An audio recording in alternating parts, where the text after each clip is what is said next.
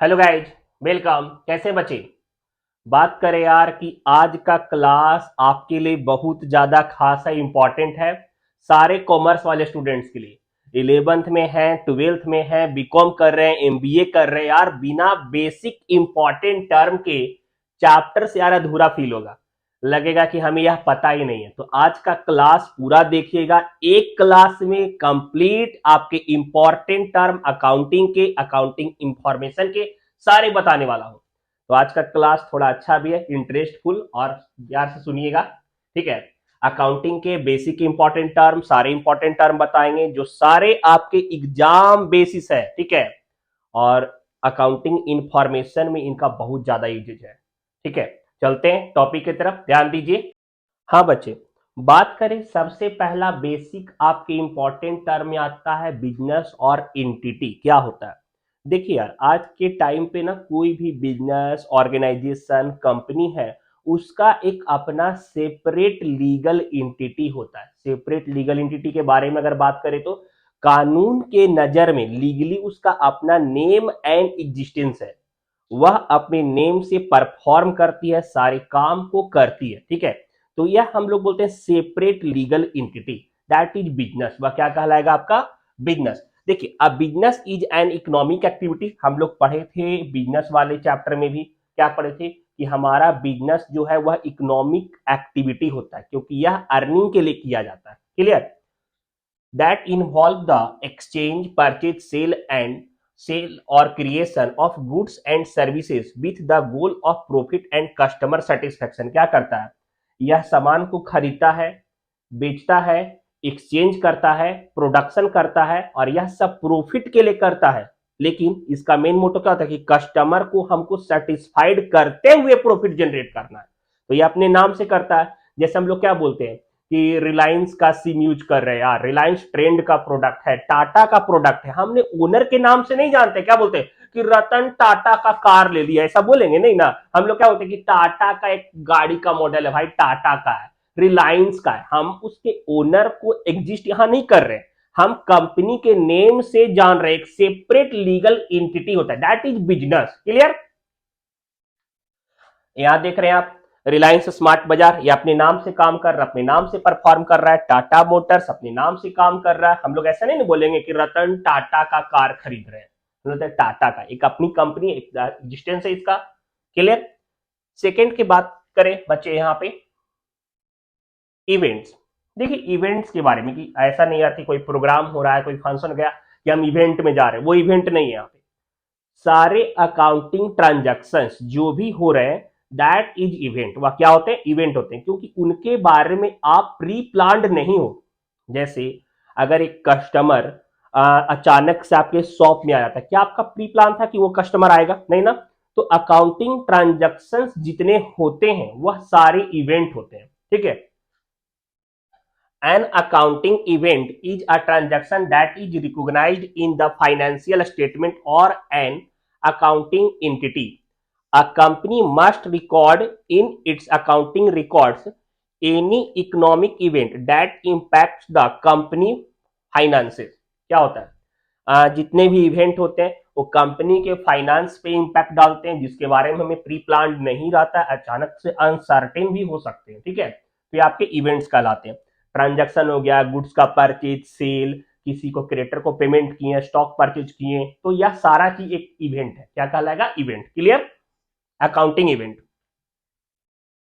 Third है आपका business transaction.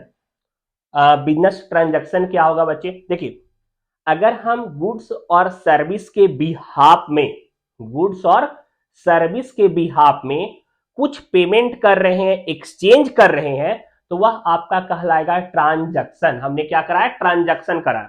जैसे सपोज दैट अगर हम बात करें बच्चे की, अगर हम सैलून में गए और वहां पे अपने बाल को कटिंग करवाए, तो उसके बिहाफ में, उस सर्विस के बिहाफ में हमने पैसा पेड किया, कंसिडरेशन अमाउंट पेड किया, दैट इज ट्रांजैक्शन।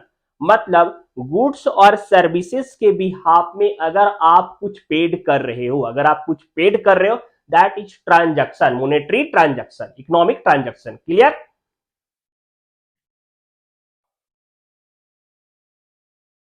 वाउचर देख रहे हैं, एक अच्छा खासा आपका पिक्चर ही बना हुआ वाउचर। बोलेंगे सर वाउचर क्या होता है? देखिए बच्चे, अगर आप कुछ परचेज कर रहे हो, कुछ सेल कर रहे हो, तो बिल बुक आपको मिलता है। क्या मिलता है? बिल बुक मिलता है। यार उस ट्रांजैक्शन का एक आपका प्रूफ दो, बिल बुक दो, ट्रांजैक्शन का एक एविडेंस, एक प्रूफ है, that is bill book. Voucher क्या कहलाएगा? वाउचर कहलाएगा। देखिए, a voucher is a certified, voucher is a certificate और document that either allow you to purchase something और provide that you paid for something. क्या कर रहा है? आपने कुछ खरीदा, उसके बिहाफ में आपने कुछ पेड करा, एक एविडेंस है। अ वाउचर इज समटाइम्स वैल्यूएबल, यहां पे वैल्यूएबल होता है, समझिए। अगर आपने कुछ ट्रांजैक्शन करा, अगर आपने कुछ एसेट्स को परचेज करा, तो इस वाउचर के थ्रू आपने कब परचेज करा है, प्रोडक्ट का डिटेल क्या है, गारंटी वारंटी क्या है, तो ये वाउचर के थ्रू आपका पता चलता है कि आपका वारंटी का ड्यूरेशन कितना बचा हुआ है। तो वाउचर देख करके आप जान सकते हो। और एक एविडेंस हो गया, आपके ट्रांजैक्शन का एक प्रूफ है, एक प्रकार का एविडेंस है, ठीक है, वाउचर। नेक्स्ट बात करें, एंट्री। देखिए, बिजनेस ट्रांजैक्शंस को रिप्रेजेंट करने के लिए, अगर कोई बंदा हमसे सामान खरीदा, अगर हम सेलर हैं और कोई पर्सन आया, कोई कस्टमर आया और हमसे सामान खरीद के लेके गया, भैया ये आपके पास है, हम बोले हाँ है, तो आप पैसा दीजिए और सामान लेके गया, तो उस ट्रांजैक्शन को रिकॉर्ड करने के लिए सिस्टमैटिक बेसिस में जो हम एंट्री करते हैं, लिखते हैं, उसे हम लोग बोलते हैं जर्नल एंट्री। वह क्या कहलाएगा? आपका जर्नल एंट्री। जैसे यहां पे देखिए, एंट्री इस तरीके से किया हुआ है, ये आपको आगे जर्नल वाले चैप्टर में बताएंगे कि एंट्री कैसे किया जाता है। हम लोग फिलहाल यह समझेंगे कि बिजनेस ट्रांजैक्शन को रिप्रेजेंट करने का एक माध्यम है, एक तरीका है, जिसे हम लोग जर्नल एंट्री करते हैं। ठीक है, पक्का? आगे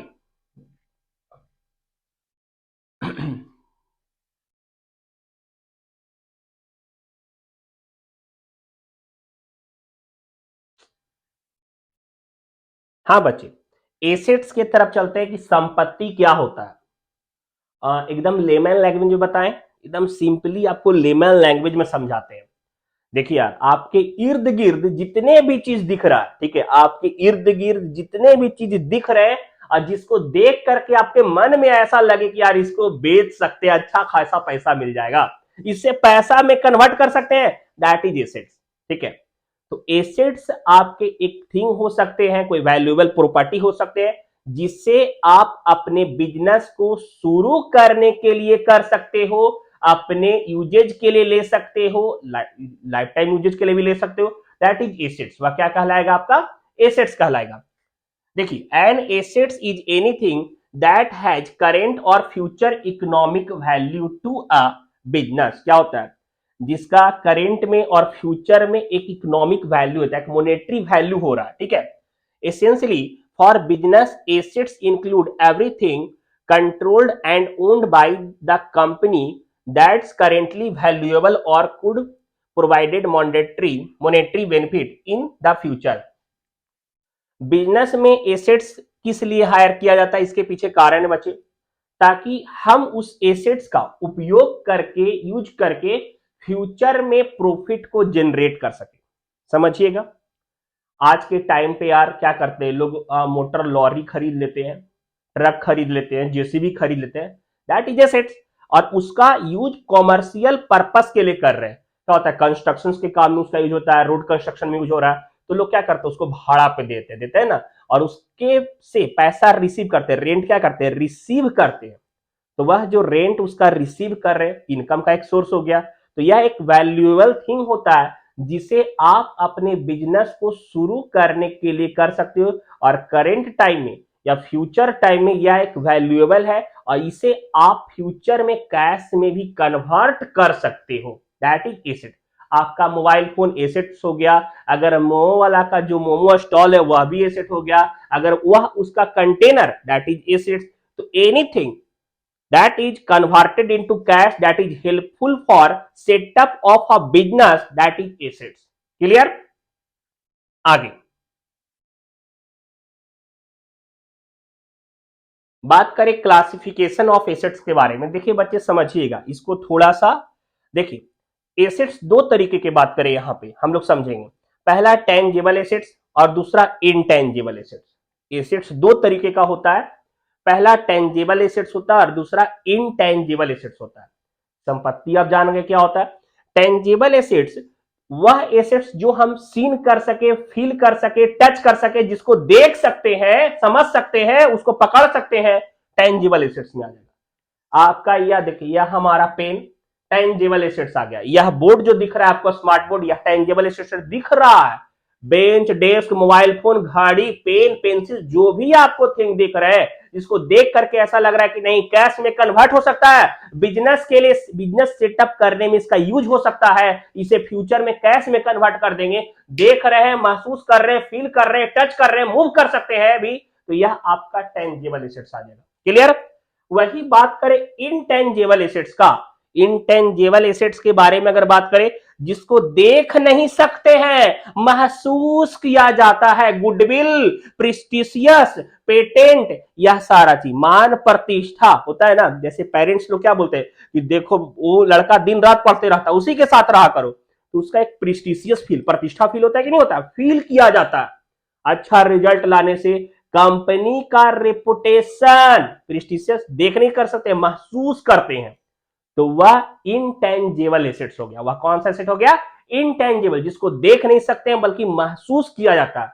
तो एसेट्स आपका दो में कैटेगराइज हुआ, टेंजिबल और इनटेंजिबल। टेंजिबल में देख सकते हैं, इनटेंजिबल दिखाई नहीं देता है। अब टेंजिबल में दो पार्ट, करेंट एसेट और फिक्स्ड एसेट। बात करें करेंट एसेट्स का, करेंट एसेट्स क्या होगा, that assets which are used for daily operating of business and must be converted into cash within 1 year। वह एसेट्स जो आपका बिजनेस को चलाने में, डेली ऑपरेटिंग करने में हेल्प कर रहे हैं, जिसको 1 साल के अंतर्गत आप कैश में कन्वर्ट कर देते हो, वह आपका करेंट एसेट आ गया। दुकानदार के पास रखा हुआ प्रोडक्ट का बोलता है भैया 5 साल से ये प्रोडक्ट रख ले, बिकी ने, उस प्रोडक्ट को कोई खरीदेगा, एक्सपायर भी हो गया होगा। तो शॉपकीपर क्या सोचते हैं कि जो उनके पास स्टॉक बचा हुआ है वह जल्दी सोल्ड आउट कर दे, दैट इज करेंट एसेट्स होगा ना। इन्वेंट्री भी आपका स्टॉक ही होता है बच्चे। बात करें account receivable, cash, short term investment, कहीं पैसा इन्वेस्ट कर दिए 1 साल के लिए और 1 साल बाद वो कैश में कन्वर्ट हो जाएगा, तो यह सारा करेंट एसेट। क्लियर।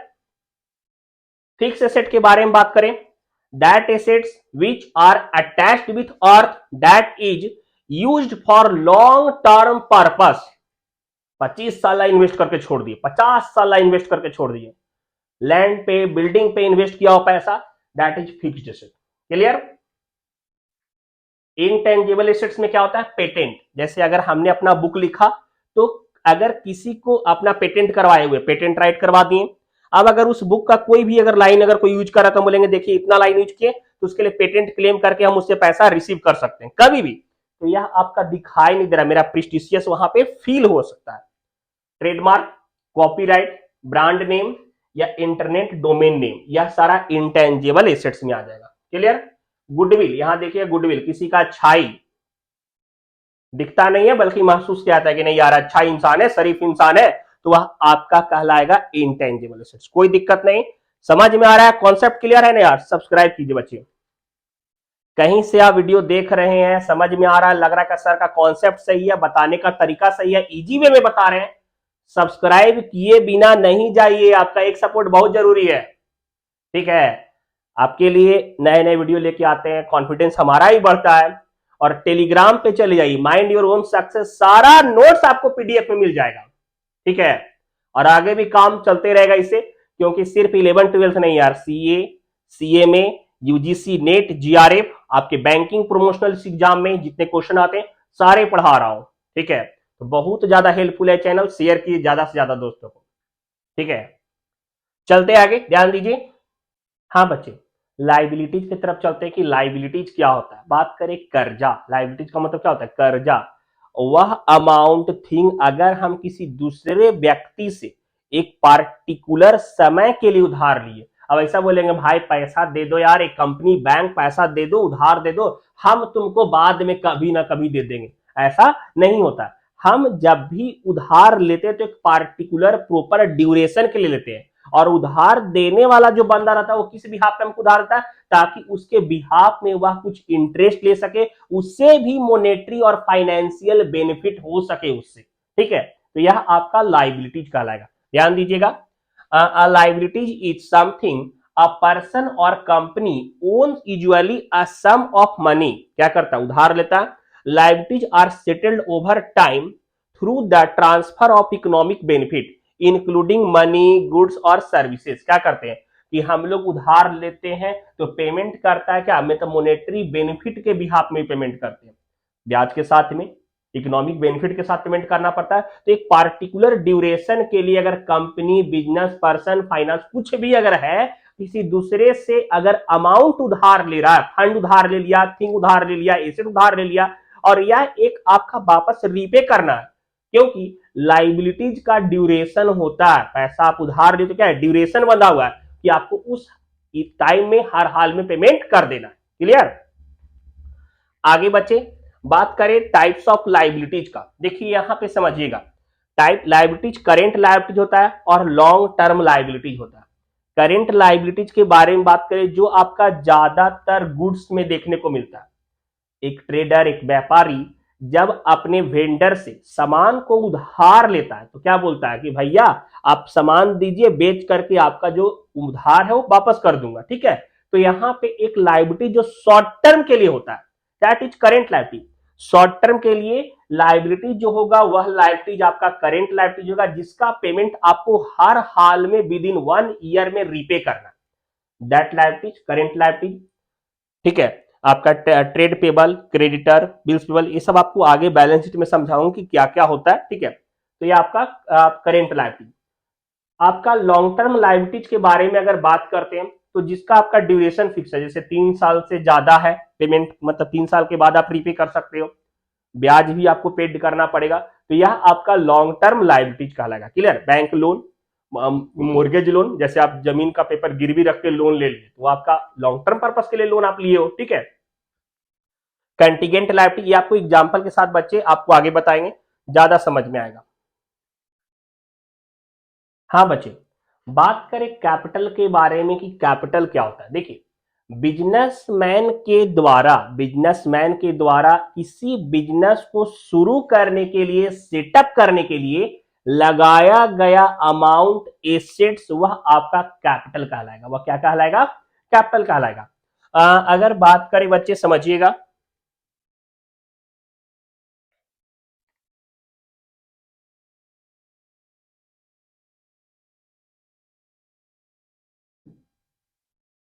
देखिए, capital is the wealth in the form of money और asset that you invest in a business with the motive of generating further income. क्या होता है कि कैपिटल या तो आप कैश को, एसेट्स को अगर किसी फर्दर इनकम के लिए बिजनेस में लगा रहे हो तो आपका कैपिटल कहलाएगा। बिजनेस आपको फर्दर इनकम देगा, कैपिटल से आपका फर्दर इनकम जनरेट होगा।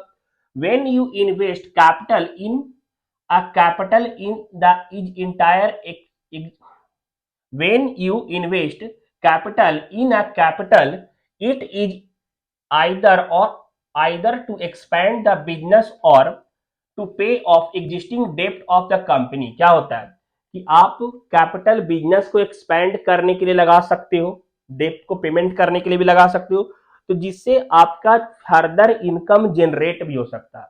सिंपली अगर बात करें तो एक बिजनेसमैन बिजनेस में कैपिटल इस पर्पस से लगाता है, रिस्क बियर करता है बच्चे, रिस्क बियर कर रहा है फर्दर इनकम को जनरेट करने के लिए। अब वह कैपिटल जो लगा रहा है वह एसेट्स के फॉर्म में लगा सकता है, कैश के फॉर्म में लगा सकता है। समझिएगा, अगर बात करें एक रेस्टोरेंट वाले, अगर बात करते क्या कर रहे हैं कि वो अगर चूल्हा खरीद रहे हैं, भट्टी खरीद रहे हैं, चाहे बर्तन खरीद रहे हैं, तो वह उनका कैपिटल जो वह एसेट्स के फॉर्म में लगा रहे हैं। अगर जेसीबी में एक बिजनेसमैन पैसा लगा रहा है ताकि कंस्ट्रक्शन में उसको दे सके, तो वह एक कैपिटल को इन्वेस्ट कर रहा है, जेसीबी उसका एक कैपिटल है। ठीक है, जिससे वह अपने फर्दर इनकम को जनरेट कर सकता है, दैट इज कैपिटल। ठीक है, आगे बात करें नेक्स्ट, ड्राइंग। देखिए बच्चे, बिजनेसमैन के द्वारा लगाया हुआ कैपिटल, बिजनेसमैन के द्वारा लगाया हुआ कैपिटल या गुड्स और सर्विसेज अपने पर्सनल काम के लिए यूज किया जाए। मिस्टर एक्स का किराना दुकान था, अपने किराना दुकान में कस्टमर को बेचने के लिए वह चाय पत्ती लेके आए थे। बगल से उनकी घरवाली उनको कॉल कर दी कि घर पे भी चाय पत्ती खत्म हो गया है, और वह मिस्टर क्या किए कि चाय पत्ती का पैकेट फाड़े और घर के लिए लेकर के दौड़ गए। तो बिजनेस का गुड्स या कैश अगर अपने पर्सनल काम में यूज में ले रहे हैं तो वह आपका ड्राइंग कहलाएगा। वह आपका क्या कहलाएगा? ड्राइंग कहलाएगा।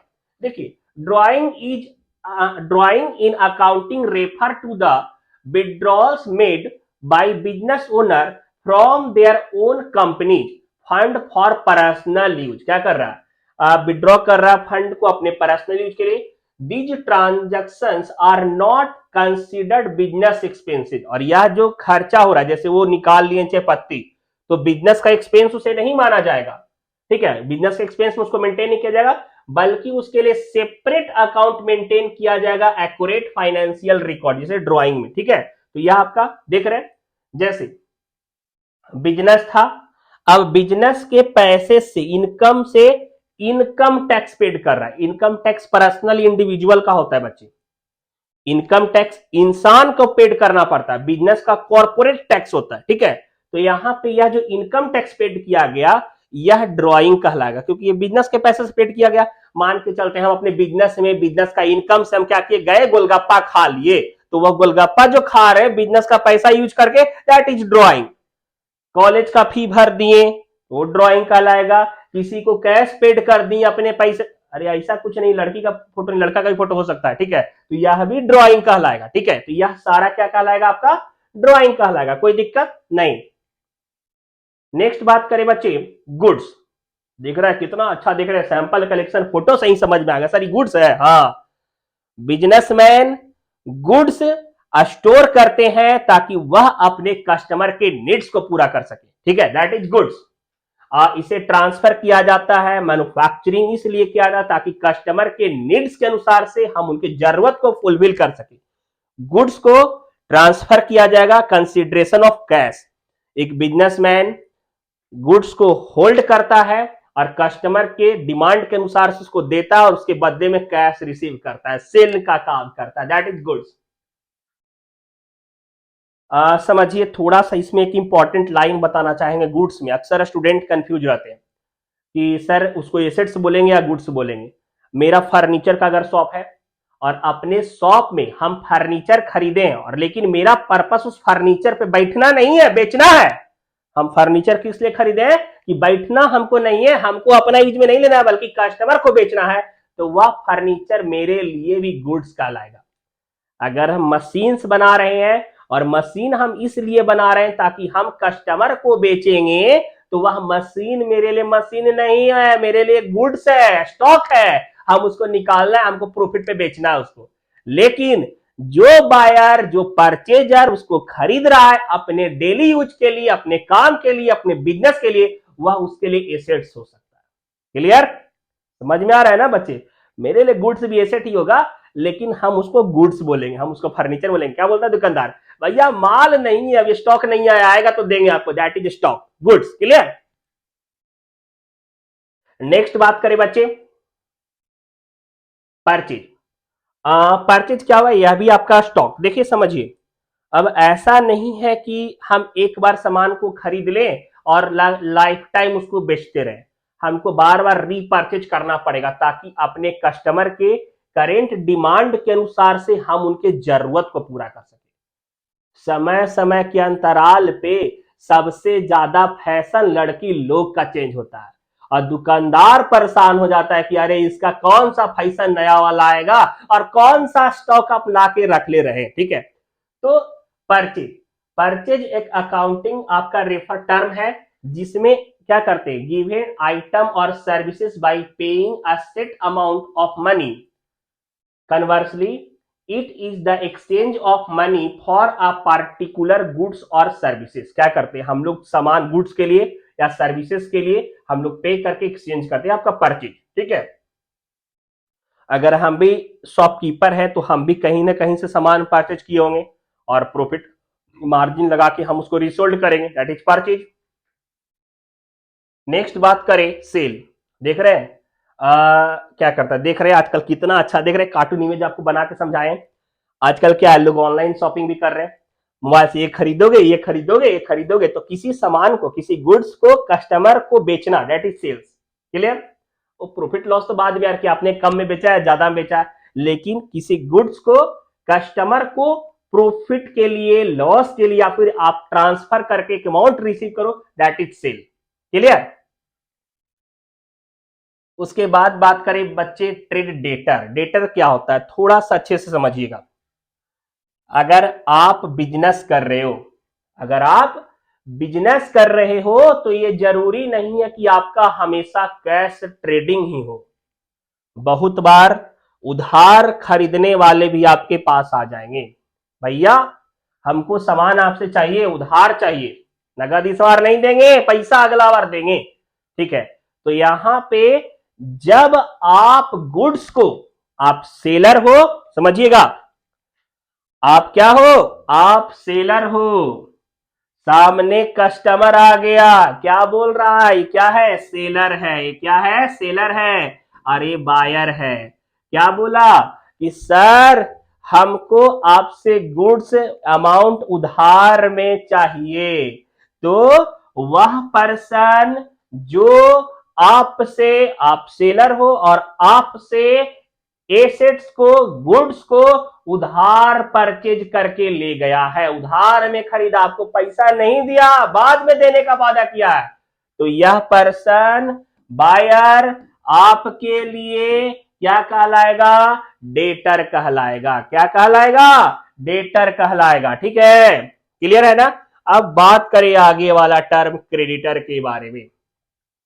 जैसे अभी हमने आपको क्या बताया कि डेटर क्या होगा, अभी हमने आपको क्या बताया, डेटर क्या होगा। अब समझिए, देखिए यह बंदा डेटर था जो आपसे उधार ले गया, आप सेलर थे, लेकिन एक सेलर उधार वाले बायर के लिए क्रेडिटर होता है। जैसे यह जो बंदा था बच्चे, यह उधार सामान लेकर के गया, या उधार सामान लेकर के गया, किससे उधार लेकर के गया, इससे उधार लेकर के गया। ठीक है, तो इसके लिए यह डेटर हो गया, लेकिन ये जो परचेज किया है उधार, उसके लिए यह सेलर डेटर कहला गया। ठीक है, that person who sold goods on credit for customer, that is creditor. Clear? आगे नेक्स्ट, अब उसके बाद आता है बच्चे इंसॉल्वेंट। इंसॉल्वेंट क्या होता है, दिवालिया घोषित हो जाना, एक इंपॉर्टेंट टर्म है, दिवालिया घोषित हो जाना। विजय माल्या, नीरव मोदी का हाल तो सुने ही होंगे। ठीक है, तो दिवालिया घोषित हो जाना, इंसॉल्वेंट डिक्लेयर। अगर किसी पर्सन का, किसी कंपनी का, किसी फाइनेंशियल इंस्टीट्यूशंस का अगर एसेट्स कम हो जाए, संपत्ति कम हो जाए और कर्जा ज्यादा हो जाए, लाइबिलिटी ज्यादा हो जाए, दैट इज इंसॉल्वेंट। वह क्या कहलाएगा, इंसॉल्वेंट कहलाएगा, दिवालिया घोषित हो जाना। ठीक है, डेप्ट पे नहीं कर पाया, वह इंसॉल्वेंट, मतलब कोई पर्सन अगर अपने डेप्ट को पेड करने की स्थिति में नहीं है, कोई बंदा कंगाल हो गया, अपना लाइबिलिटीज नहीं पेड कर सकता है, दैट इज इंसॉल्वेंट। क्लियर? समझ में आ रहा है ना? क्लियर है कॉन्सेप्ट? नोट करते जाइएगा बच्चे, समझाते चल रहे, देख रहे हैं पॉकेट बेचारा का दोनों साइड निकल रहा है, और पैसा देना है, केकरा केकरा देना है, गाड़ी का ईएमआई देना है, टैक्स देना है, क्रेडिट कार्ड का बिल देना है, बिजली बिल देना है, रेस्टोरेंट का खाना देना है, घर का खर्चा देना है, बेचारे के पास पैसा नहीं है, पॉकेट पूरा खाली है, तो ये क्या कहलाए, कंगाल हो गया, दैट इज इंसॉल्वेंट। क्लियर? समझ में आ रहा है ना? आगे नेक्स्ट बात करें बच्चे रिसीवेबल। समझिएगा, जब गुड्स को उधार में परचेज किया जाता है तो एक डॉक्यूमेंट नोट बनता है रिटेन कि इतने ड्यूरेशन में आपको पैसा पेड करना है। एक रिसीवेबल अमाउंट के लिए एक एग्रीमेंट मतलब डॉक्यूमेंट बनता है जिसको हम लोग बोलते हैं रिसीवेबल नोट। ठीक है, इसको रिसीवेबल नोट बोल सकते हैं, जिसमें यह प्रॉमिस किया होता है कि आपने उधार खरीदा है और इस समय तक आप पैसा चुका देंगे। पेबल नोट्स भी वही है, एक के लिए रिसीवेबल दूसरे के लिए पेबल, जैसे क्रेडिटर और डेटर के बारे में बताया ना, सेम उसी तरीके से। तो आपके देखिए डेटर के लिए पेबल, क्रेडिटर के लिए रिसीवेबल, क्योंकि उसको पैसा मिलने वाला, डेटर को पेड करना, तो ये आपका रिसीवेबल और पेएबल होगा। नेक्स्ट बात करें बच्चे एक्सपेंडिचर। दो टर्म आ जाता है माइंड में खटकते रहता है कि सर एक्सपेंस और एक्सपेंडिचर में अंतर क्या है। एक्सपेंस और एक्सपेंडिचर में अंतर क्या है सर बताइए। देखिए बच्चे, एक्सपेंस से जानने से पहले एक्सपेंडिचर को जानिए। एक्सपेंडिचर में आता है कि हम पैसे को ऐसे जगह लगा रहे हैं जिससे हम फ्यूचर में उसका बेनिफिट उठाते हैं, दैट इज एक्सपेंडिचर। अगर हमने यह बोर्ड खरीदा, इस पे पैसा लगाया, फ्यूचर में भी इसका बेनिफिट उठा रहे, दैट इज एक्सपेंडिचर। एसेट्स पे लगाया हुआ पैसा एक्सपेंडिचर हो सकता है, ठीक है। तो एक्सपेंडिचर फ्यूचर में भी आप उसका बेनिफिट उठा सकते हो। एक्सपेंस के बारे में बात करें तो डेली बेसिस पे आप जो खर्चा कर रहे हो फ्यूचर में उसका बेनिफिट नहीं उठेगा, यह आपका एक्सपेंस है। सैलरी, फी, रेंट, स्टेशनरी या मेंटेनेंस करवा रहे हो, क्या एक बार मिस्त्री को पैसा दे दिए रिपेयर का, बोलेंगे कि बार बार आके बनाते रहेगा? नहीं ना करेगा, हर बार का पैसा लेगा, दैट इज एक्सपेंस। एक्सपेंडिचर हो गया कोई एसेट्स खरीदे लेकिन फ्यूचर में उसका बेनिफिट भी उठाते जा रहे हैं, that is expenditure. Clear? Next term है बच्चे इनकम। ये तो अच्छे से जान रहे हैं, किसी गुड्स को, प्रोडक्ट को सोल्ड करने के बाद हम लोग इनकम जनरेट करते हैं। ट्रांसफर जो अमाउंट मिलता है वो क्या होगा मेरे लिए? इनकम होगा। गेन इंपॉर्टेंट टर्म आ गया। सर गेन क्या होता है? अक्सर स्टूडेंट को कंफ्यूज होते देखें कि सर प्रॉफिट अलग है गेन अलग है। देखिए बच्चे, गेन अनसर्टेन होता है, गेन हमारा प्री प्लान्ड नहीं होता। जैसे रामू हलवाई लॉकडाउन में 500 केजी प्याज मंगवा लिए, अचानक से प्याज का प्राइस बढ़ गया, वो बोले कि नहीं हम मिठाई नहीं बेचेंगे, प्याज बेचेंगे। तो यहां पे आपने एक एज्यूम करा था कि हम इस प्राइस पे गुड्स को परचेज करेंगे, और लेकिन अचानक से उसका प्राइस गेन कर गया, बढ़ गया, रेपिडली ग्रोथ कर गया, आपके एजम्पशंस वैल्यू से ज्यादा उसका रिसीव्ड अमाउंट होने वाला है, तो यह आपका कहलाएगा गेन। अनसर्टेन होता है, ठीक है, प्री प्लान्ड नहीं होता, अचानक हो गया। प्रॉफिट आपका प्री प्लान रहता है, आप पहले से प्री प्लान इन्वेस्ट किए हो तो आपको पता है कि हम इन्वेस्ट किए हैं, नॉर्मल रिटर्न इतना हो सकता है, इतना वेस्टेज अगर हुआ तो प्रॉफिट प्री प्लान होता है। जब आप किसी शॉप में जाते हो तो दुकानदार को क्या बोलते हो कि भैया कितना का लगेगा ये सामान, तो दुकानदार बोलता है भैया आपको 500 देना पड़ेगा, बोलते कुछ डिस्काउंट दे दीजिए, तो बोलते हैं 5, चलो ठीक है 50 रुपया डिस्काउंट, 450 दे दीजिए। तो वो जो दुकानदार आपको पैसा बताया वह अपना प्रॉफिट मार्जिन प्री प्लान करके बताया, ठीक है। तो गेन यहां पे नहीं होता है, प्री प्लान होता है। लेकिन अगर बात करें गेन का तो अनसर्टेनिटी अचानक से होता है। कोई दिक्कत नहीं बच्चे, समझ में आ रहा? लास्ट यहीं तक टर्म था, बेसिक इंपॉर्टेंट टर्म आज कंप्लीट हो गया। कैसा लगा वीडियो, समझ में आया? सब्सक्राइब कीजिए और शेयर भी कीजिए यार। बहुत उम्मीद के साथ आपके लिए चैनल चैप्टर लेके आते हैं, और इसलिए ताकि आपका कॉन्सेप्ट क्लियर हो सके। और लग रहा है कि नहीं सर पढ़ा रहे हैं, कॉन्सेप्ट क्लियर हो रहा है, शेयर करना चाहिए सर के एक सपोर्ट में, तो शेयर कीजिए, ठीक है। बाय, सी यू, मिलेंगे नेक्स्ट क्लास में।